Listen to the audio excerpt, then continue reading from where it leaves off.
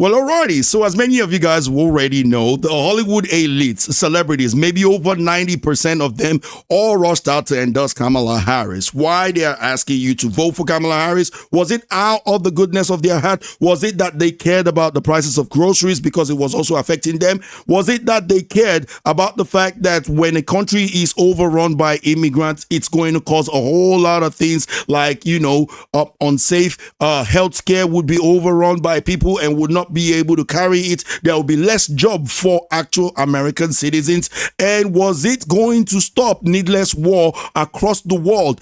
Absolutely not. They were not campaigning based upon all that. They were campaigning on joy, because joy cometh in the morning. But the real question was this: did they actually truly believe on what they were campaigning on? Were they doing this out of the goodness of their heart? Did they do this because they cared about you? Because Oprah came out there to say you needed to vote for love and not for hate. You needed to vote for integrity and not for lies, right? Was she saying all of these things out of the goodness of her heart, or was she being paid for this? Now, we all know that Kamala Harris spent $1 billion on her campaign, and you got to ask yourself a question: where did all of that money go? Well, there are some answers that are starting to pop out now.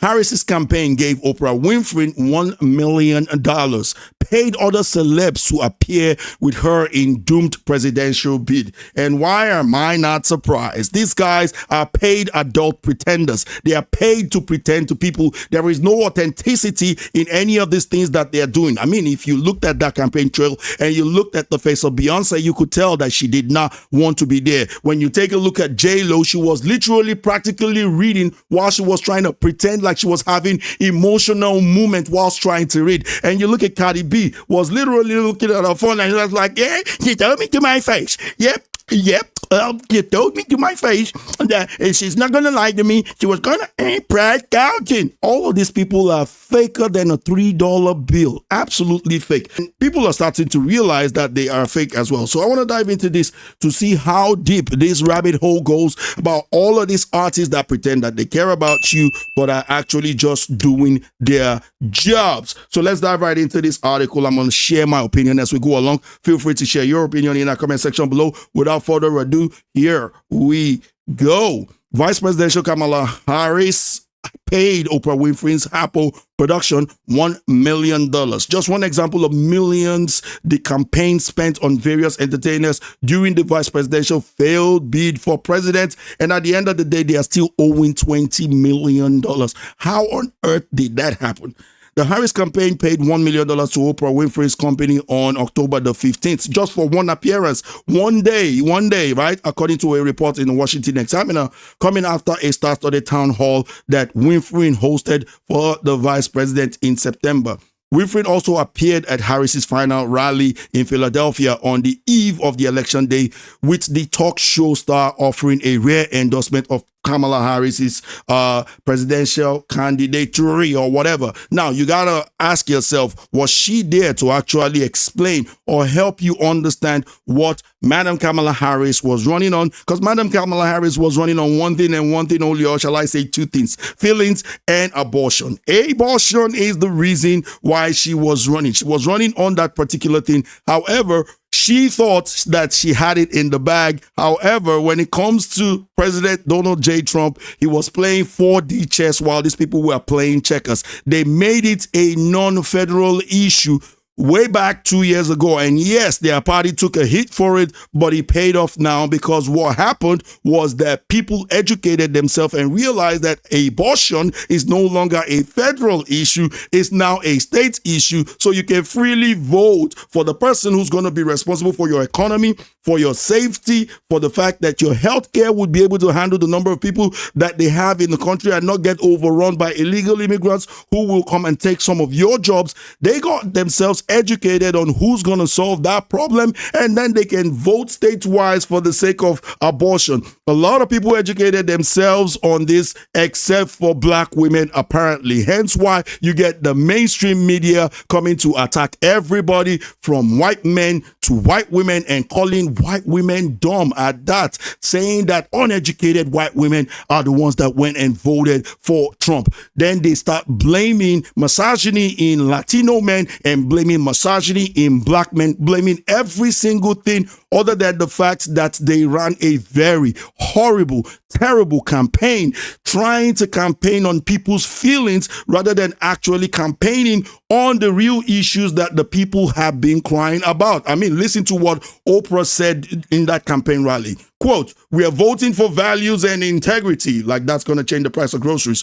Winfrey said at the rally, "We are voting for healing over hate." What exactly does that mean? Absolutely nothing. They just wanted to clamor and, get you riled up and feeling happy, feeling joy, because joy cometh in the morning. And according to Eddie Murphy in that Coming to America movie, "I am very happy to be here." That's what they wanted from you. Nothing other than that. So these people actually did not care about you. They did not even care about Kamala Harris. They were simply just doing a job, getting paid. I'm talking about the Hollywood celebrities. Now, but Oprah Winfrey wasn't the only star that Harris' campaign spent big on, with the Washington Examiner report also revealing that the campaign spent big on Call Her Daddy podcast. Now, I actually heard that they spent over $100,000 on that podcast because Kamala Harris refused to go to LA where the podcast was being held, and they built an entire studio to make it look like that.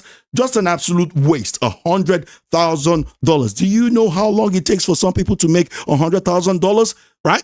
People who are making $25,000 a year, it will take them 4 freaking years. And they built a studio just to use it for about an hour or 2-hour interview and then discard off that particular studio. Quote, a source familiar with the matter told the Washington Examiner that Harris' campaign spent 6 figures on building a set for Harris' appearance on the popular Call Her Daddy podcast with host Alex Cooper. The Examiner wrote, quote, the interview came out in October and was reportedly filmed in a hotel room in Washington, D.C. Look, yes, she can. Look at her face. Faker than a $3 bill. Look at that. She doesn't care about that. She doesn't care about you. They didn't care about her. They would be hard pressed to say anything good about Kamala Harris a couple of months ago before she was endorsed by Joe Biden. And all of a sudden, she's the best thing that has happened since sliced bread. She's the second coming of Jesus Christ and all of that stuff. All of a sudden, out of nowhere, from being the worst rated of our time, the worst rated vice presidential personnel in our time, worse than Dick Cheney, right? To the becoming the savior of America and possibly by proxy the savior of the world, right?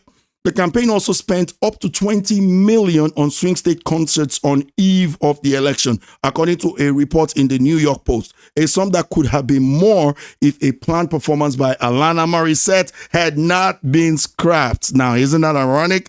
The campaign had 7 swing states concerts on Monday, the report noted, including a performance by John Bon Jovi in Detroit, Christina Aguilera in Las Vegas, Katy Perry in Pittsburgh, and Lady Gaga in Philadelphia, and a 2 Chainz performance for y'all black people out there at a rally 3 days before the election in Atlanta. So this was the studio that they built to fool people into thinking that this was happening in California whilst it was actually happening in Washington, D.C.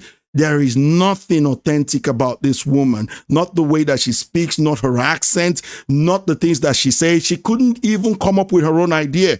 Tax on tips that she said, those were Trump's idea, right? And most of the things that she tried to campaign on, they were not authentic at all. And people can see that they were not authentic at all.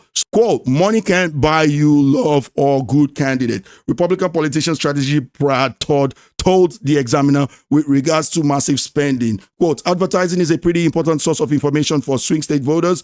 It no doubt matters, but it is not enough. It doesn't matter if you have the wrong message and it's not delivered in a compelling way. What her campaign was missing was any effort to break with the unpopular administration she has been a part of, end quote. So that's what they were trying to do. They were trying to sell you a misdirection. They were trying to wiggle some carrots over here while they were doing some crap behind the curtain over there, right? Because essentially she's been there for 3.5 years and people knew what their pockets felt over the 3.5 years, and she could not even come and tell people what she would do differently than what they had been doing that led Americans to feel that they were going in the wrong direction. 79% of Americans Americans felt they were going in the wrong direction. And I am so proud. I'm proud of you guys, Americans. You guys not just saved America, you saved the goddamn world. You saved the world because we know that when Trump was there, he started no new wars and he ended 4 foreign wars. He kept peace in Afghanistan for about 18 months, 11 months of his presidency, and 6 more, was it 6 or 7 more months of Joe Biden's presidency. People could see these things clearly with their own eyes. So people weren't voting based upon feelings. On top of that, instead of this Democratic Party to actually try to meet people halfway, they instead try to shame you by doing the exact same thing that Hollywood has been doing every single time that we reject a movie or a series. Call people sexist, call people bigots, call people, all sorts of East and Easternphobe names in the world. But it turns out that all of those things don't work anymore, and that's the beauty of it. Let me know what you think about this in the comment section below. I want to thank you guys for watching this video. Hope you guys enjoyed this one. If you did, feel free to like, share, comment, subscribe, and ding that bell for notification, and I'll talk to you guys again real soon. Take care, peace, and Saya's out. Bye-bye now.